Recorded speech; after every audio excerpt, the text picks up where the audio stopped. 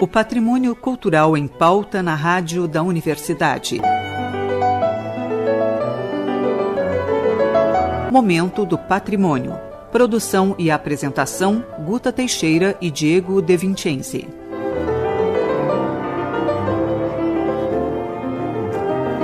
Boa noite, ouvintes.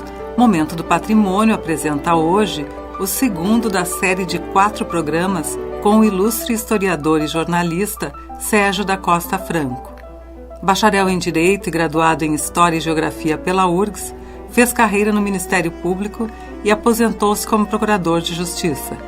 Membro do Instituto Histórico e Geográfico do Rio Grande do Sul, foi seu presidente de 1996 a 1998. Jornalista desde 1949, publica em diversos jornais, sendo também autor de vários livros, alguns reunindo crônicas, mas a maior parte dedicados à pesquisa histórica, principalmente à memória de Porto Alegre. O tema de hoje é justamente a história da cidade de Porto Alegre e o surgimento da URGS. Boa noite, Dr. Sérgio. É um prazer recebê-lo novamente aqui no Momento do Patrimônio. E eu volto ao patrimônio apenas com receio de ser recolhido ao patrimônio como artigo de museu.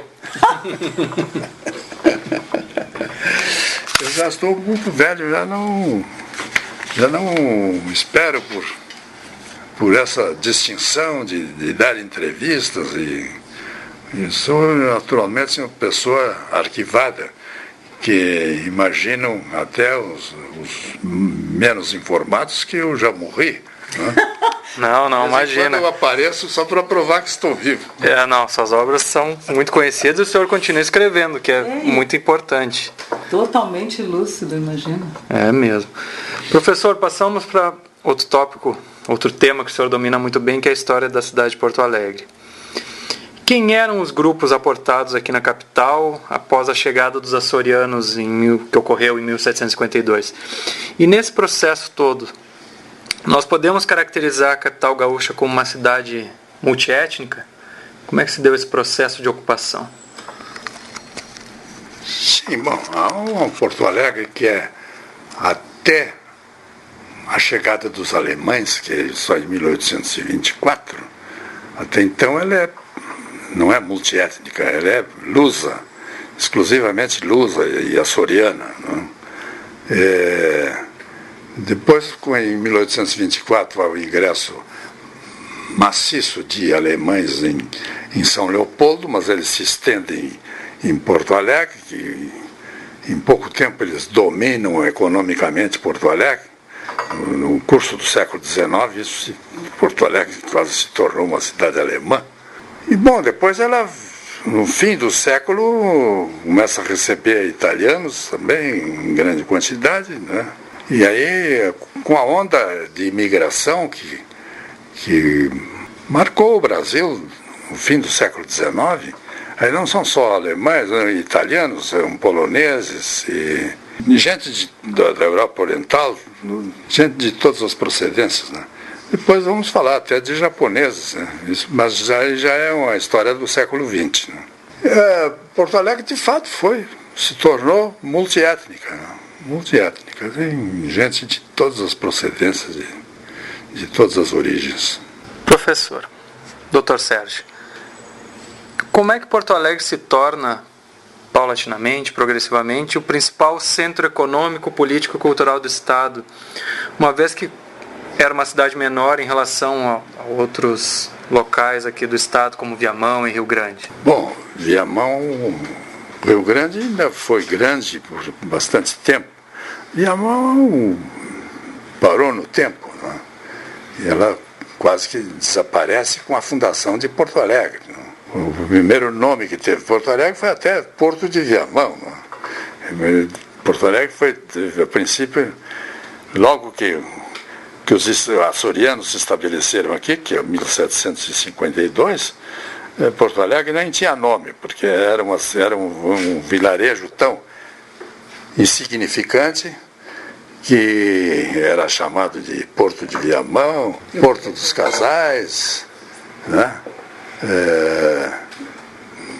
porto o nome do Dornelles, que era o dono da Sesmaria aqui da região. Não. Quer dizer, nem essa população, porque Porto Alegre tem duas fundações a rigor, né? Tem a de 1752 com os açorianos e tem a de 1772, 20 anos depois, que é a fundação da freguesia, é a organização do povoado. Né? São praticamente duas fundações. Mas essa primeira, eu me preocupei com isso, que significado tinha essa povoação. E eu verifiquei que era insignificante. Era um povoado irrelevante, nunca passou de um aglomerado de casas de palha. E não tinha nem igreja. Realmente, a cidade se estrutura aí a partir de 1772, que é hoje a data oficial da fundação da cidade. Como se deu o processo de ocupação da cidade ao longo do tempo? Isso é uma longa história. Preciso me dar uma enciclopédia para falar sobre o assunto. Há pouco tempo ainda publiquei uma evolução urbana de Porto Alegre, baseado nas sucessivas plantas da cidade, né? Porque a cidade, a princípio, é apenas a península, que é hoje o chamado centro histórico. Né?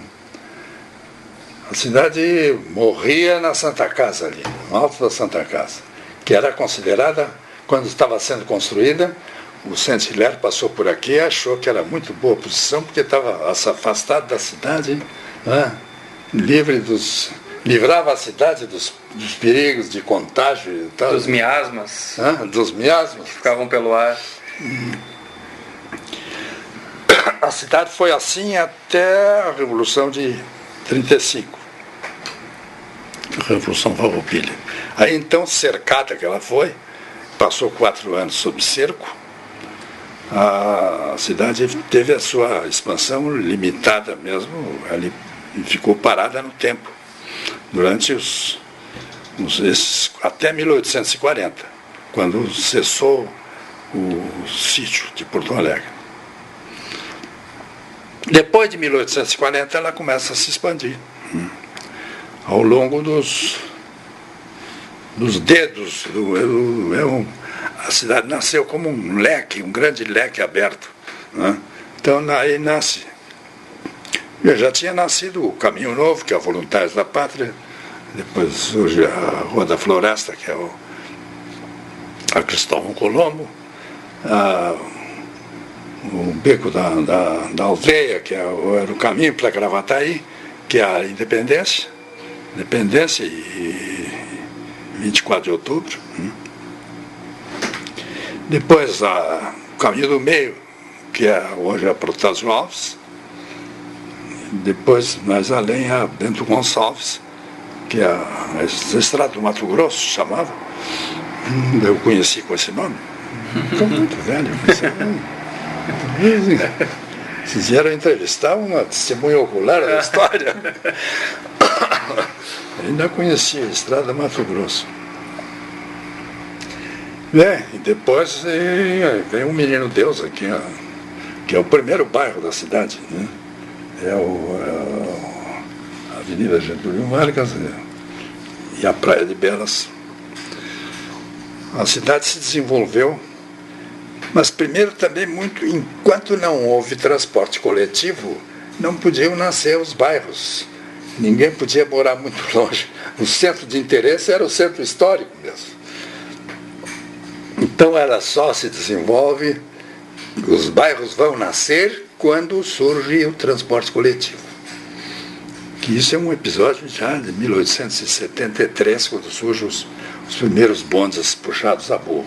Doutor Sérgio, na década de 30, nós temos a criação da UPA, Universidade de Porto Alegre, que depois se tornou regional, depois se federalizou, que acabou congregando, unindo esses cursos daquelas primeiras escolas fundadas por grupos profissionais, grupos particulares, que fizeram essas escolas privadas. Né? No plano nacional, temos a Revolução de 30, Getúlio assume como chefe do governo provisório.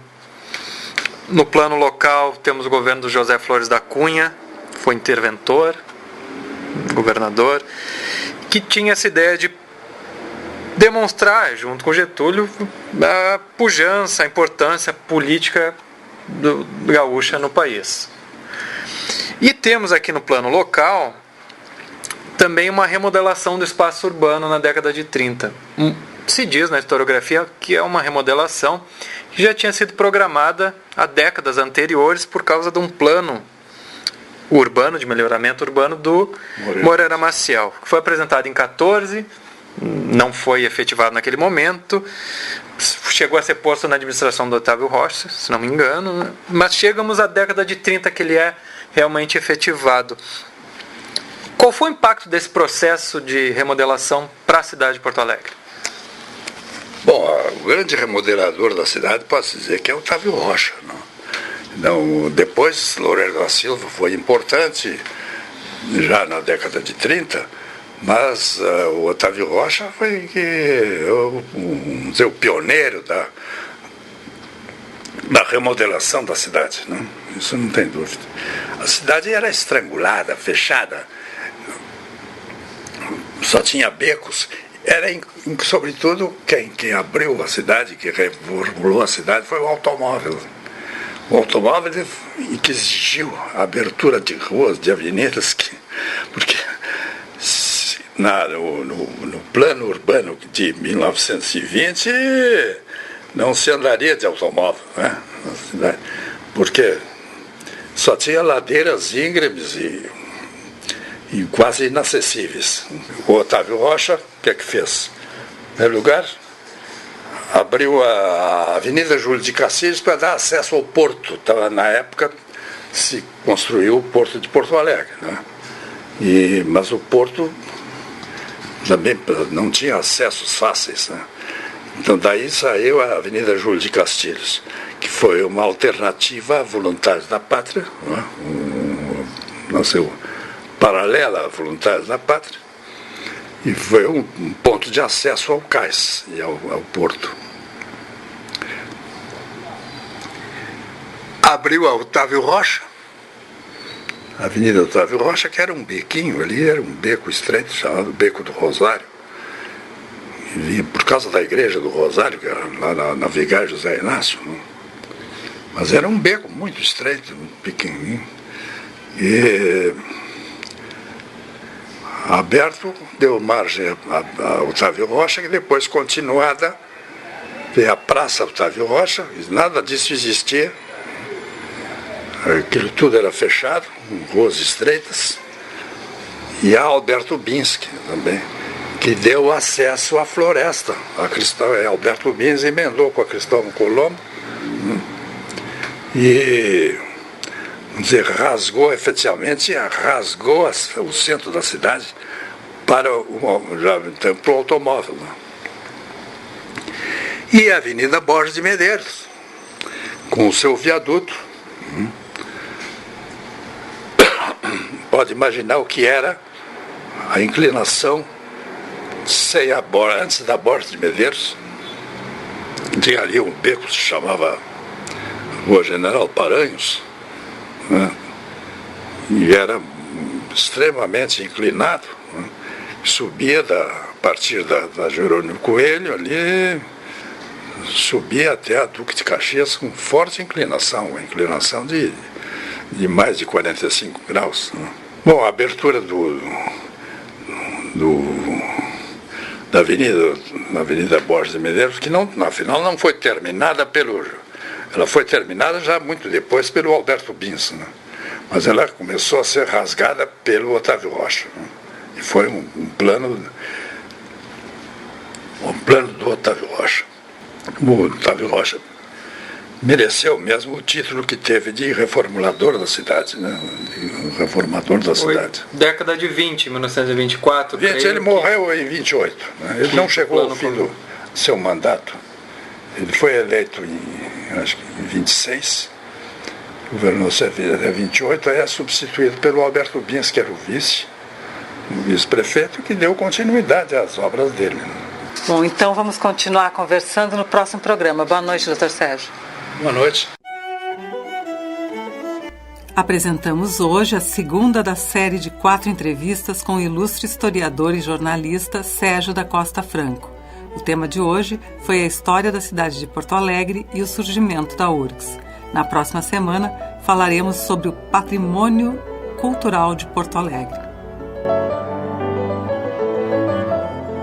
Este programa é uma realização do setor de patrimônio histórico da Superintendência de Infraestrutura da URGS. O SPH coordena o projeto Resgate do Patrimônio Histórico e Cultural da URGS, que tem como objetivo a restauração dos prédios históricos da universidade e a sua adaptação à acessibilidade universal. Para mais informações, acesse nossa página www.predioshistoricos.urgs.br ou entre em contato conosco pelo e-mail predios.históricos@urgs.br.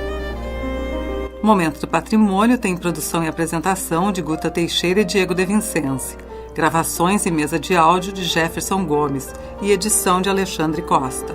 Voltamos na próxima terça-feira, às 20h30. Boa noite a todos e até lá!